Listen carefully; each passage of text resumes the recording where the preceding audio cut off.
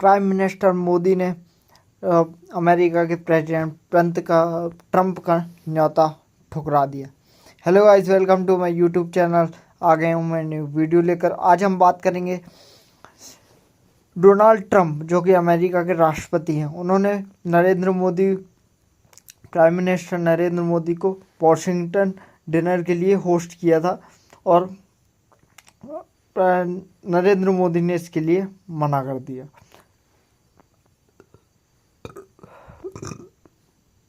आज जानेंगे कि आखिर नरेंद्र मोदी ने क्यों अमेरिका से को इनकार कर दिया। दरअसल कुछ दिनों के बीच अमेरिका और भारत के बीच कुछ विवादित बयान भी चल रहे थे। जैसे अमेरिका के राष्ट्रपति डोनाल्ड ट्रंप का कुछ बयान थे कि मैंने भारत पाकिस्तान के बीच सीज फायर करवाया, मैं पाकिस्तान से प्यार करता हूँ। और वहाँ के जो आसिम मुनीर हैं, जो वहाँ के जनरल हैं, जो भी आर्मी चीफ, उनको डिनर के लिए बुलाया था, उनसे बातचीत की थी, उनसे काफ़ी सारी डील्स भी की गई। तो इस वजह से हो सकता है कि नरेंद्र मोदी ने डिनर के लिए इनकार कर दिया हो। इसको विस्तार से जानते हैं। ओडिशा में मोदी बोले, खाने पर बुलाया अमेरिका ने से डोनाल्ड ट्रंप ने मुझे खाने पर बुलाया, पर मैंने महाप्रभु की धरती पर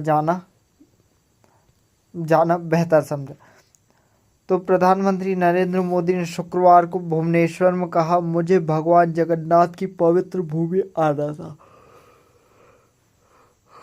इसलिए मैंने अमेरिका के राष्ट्रपति डोनाल्ड ट्रंप का वॉशिंगटन आने का निमंत्रण अस्वीकार कर दिया।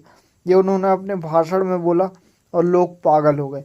मतलब लोग इतने बेवकूफ़ हैं, लोगों को समझ में नहीं आता कि मोदी वहाँ आए हैं सिर्फ और सिर्फ अपने वोट्स के लिए, कि तो आप उनको वोट दे दें। और इस देश के लोगों को चाहिए ही क्या? धर्म धर्म धर्म, जहाँ देखो धर्म। प्राइम मिनिस्टर भी हमेशा धर्म धर्म ही करते रहते हैं। डेवलपमेंट और धर्म, दो में से एक ही चीज़ हो सकती है कंट्री में, या तो डेवलपमेंट होगा या तो धर्म होगा। और लोगों को चाहिए धर्म, तो लो धर्म। उन्होंने बताया 2 दिन पहले कनाडा में G7 समिट के लिए गया था। ये प्राइम मिनिस्टर ने अपने भाषण में कहा कि 2 दिन पहले कनाडा में G7 समिट के लिए मैं गया था। तभी अमेरिका के राष्ट्रपति ट्रंप ने मुझे फ़ोन किया और कहा कि आप कनाडा तो आए ही हैं, वॉशिंगटन होकर जाइए, साथ में खाना खाएंगे, बातें करेंगे। लेकिन अच्छा, बातें करेंगे, दोस्त हो गया जो बातें करेंगे? जो बातें नहीं होती गाइस, जब 2 देश के डिप्लोमेट्स मिलते हैं तो डील्स होती, कॉन्ट्रैक्ट होते हैं, बातें नहीं होती। लेकिन मैंने अमेरिका के राष्ट्रपति से कहा निमंत्रण के लिए धन्यवाद, और उनके निमंत्रण को ठुकरा दिया। उन्होंने बताया कि मैंने उनके ट्रंप के निमंत्रण को नम्रतापूर्वक मना किया। आप लोगों का प्रेम और महाप्रभु की भक्ति मुझे इस धरती पर खींचकर ले आई। पीएम ओडिशा में भाजपा सरकार के 1 साल पूरा होने के कार्यक्रम में शामिल होने पहुंचे थे। उन्होंने 2036 तक विकसित ओडिशा और 2047 तक विकसित भारत के निर्माण के लिए विजन डॉक्यूमेंट्स जारी किया। इससे पहले उन्होंने एयरपोर्ट से जनता मैदान तक रोड शो किया। अब गाइस, एक चीज़ अगर देखो तो जितना कोशिश अगर सरकार करती है, उतनी ही कोशिश अगर लोग करें अपनी तरफ से, तो ये भारत इससे बहुत बेहतर हो जो कि आज है। मतलब आधी गंदगी तो, मतलब देखो तो, जैसे किसी चीज़ को सरकार ने डेवलप किया तो वो यूज़ करती है जनता। अब जनता उस चीज़ को साफ रखेगी तो कितना एडवांस होगा भारत। जैसे अभी वंदे भारत ट्रेन है, जो कि अभी वंदे भारत नई लॉन्च हुई है, तो उसमें आप चल के देखो लोगों ने क्या हालत करके रखी है, जगह जगह पान खाकर, गुटखा खाकर थूकना। तो क्या ये हमारी लेगेसी है? क्या यही सीखा है हमने? तो ये कुछ चीज़ें हैं जो भारत को आगे नहीं बढ़ने देती, और ये सब चीज़ें हमारे ही अंदर है। ये सब गंदगी हमारे आजू बाजू के लोग ही करते हैं। तो हम बदलेंगे तो ये कंट्री बदलेगी। G7 समिट में ट्रंप और मोदी की मुलाकात नहीं हो पाई थी।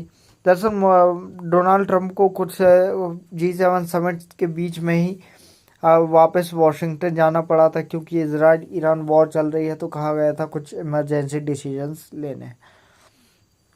कनाडा में G7 समिट 17 और 18 जून को हुआ था। ट्रंप और मोदी की मुलाकात प्रस्तावित थी, हालांकि अमेरिका के राष्ट्रपति ट्रंप बैठक के दौरान ही चले गए क्योंकि इजराइल और ईरान के बीच तनाव बढ़ता जा रहा था। विदेश सचिव विक्रम मिस्री, जो कि भारत के विदेश सचिव हैं, ने एक बयान में बताया कि मोदी ने मंगलवार को ट्रंप का निमंत्रण अस्वीकार कर दिया है जब वह कनाडा से लौट रहे थे। मिस्त्री के अनुसार मोदी ने कहा कि पूर्व निर्धारित कार्यक्रमों के कारण वह निमंत्रण स्वीकार नहीं कर सकते। साथ ही उन्होंने ट्रंप को भारत आने और इस साल के आखिर में संभावित क्वाड समिट में भाग लेने का निमंत्रण दिया। पीएम मोदी के स्पीच की 5 बड़ी बातें देखें तो किसानों को डबल लाभ, मतलब सब यही तो है कि सबको देते जाओ, पैसे बांटो पैसे बांटो, यही तो आता है यहाँ की सरकार को, योजनाएं चलाओ पैसे बांटो। पहले ओडिशा के किसानों को किसान सम्मान निधि का पूरा लाभ नहीं मिल पाता था, अब मिलेगा क्योंकि टैक्स का सारा पैसा इन सब चीज़ों में लगाया जाता है। अब गाइस इन सब योजनाओं का बजट देखो और आप देखो DRDO का बजट, इसरो का बजट, तो आपको कितना डिफरेंस देखने का मिलेगा। यही सब पैसा जो योजनाओं में लगता है, अगर यही सब पैसा लगे इसरो में, DRDO में, डेवलपमेंट में, टेक्नोलॉजी में, तो भारत कितना आगे निकल जाए बाकी कंट्रीज से। देश की पहली आदिवासी महिला राष्ट्रपति ओडिशा की बेटी मुर्मू जी ने इस योजना के लिए मार्गदर्शन दिया। अब गाइस एक बात बताओ, जैसे राष्ट्रपति, देश के राष्ट्रपति का जो पद है वो किसी काबिल आदमी को देना चाहिए या किसी आदिवासी को दे दोगे आप?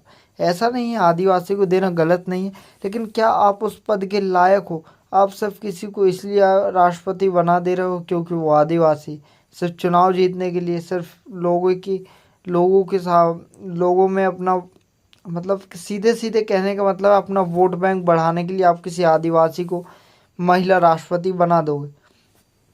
एक टाइम था जब इस कंट्री में साइंटिस्ट राष्ट्रपति बना करते थे, डॉक्टर APJ अब्दुल कलाम, पढ़े लिखे लोग, जिंदा दिमाग के लोग, और आजकल देखो किसी को भी आते जाते को राष्ट्रपति बना देते। कहाँ जाएगा ये देश?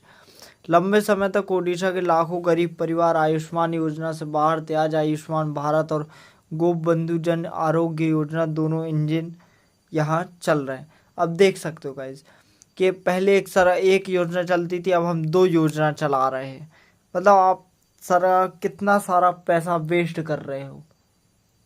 ये आप पैसा भारत पर नहीं लगा रहे, या आप गरीबी बढ़ा रहे हो। ये सब योजनाएं तो बंद हो जानी चाहिए, सब कुछ, क्योंकि इनसे जो पैसा बचेगा उससे कितना डेवलपमेंट किया जा सकता है।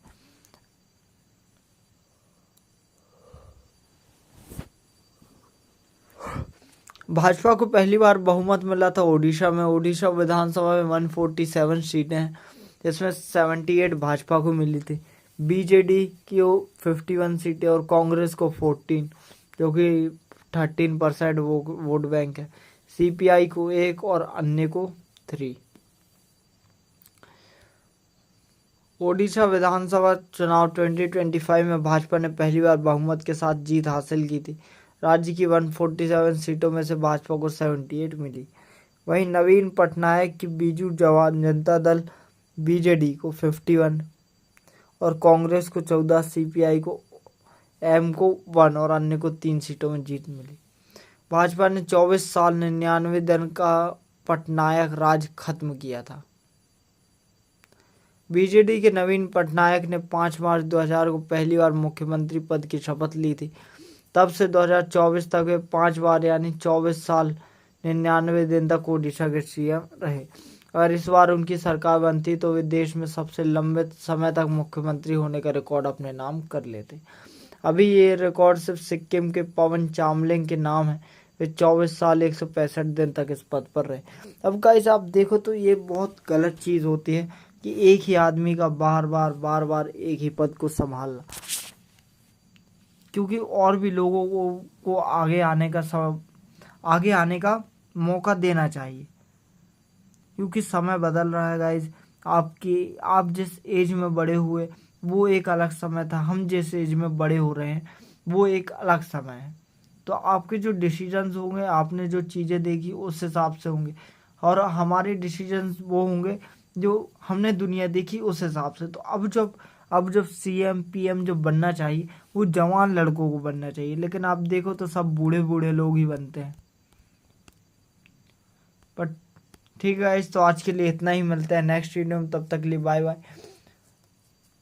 और इस चीज़ को तो अप्रिशिएट करना चाहिए कि नरेंद्र मोदी जी ने ट्रम्प के ऑफर को रिजेक्ट कर दिया। ये एक छोटी बात नहीं गाइस, ये बहुत बड़ी बात है। किसी के ऑफर को रिजेक्ट करना, इसका मतलब उस कंट्री के ऑफर को रिजेक्ट कर रहे हो। तो देखते हैं आगे क्या होता है। तब तक के लिए bye bye, thank you so much. जय हिंद, जय भारत। मिलते हैं नेक्स्ट वीडियो में, तब तक के लिए bye bye, thank you so much.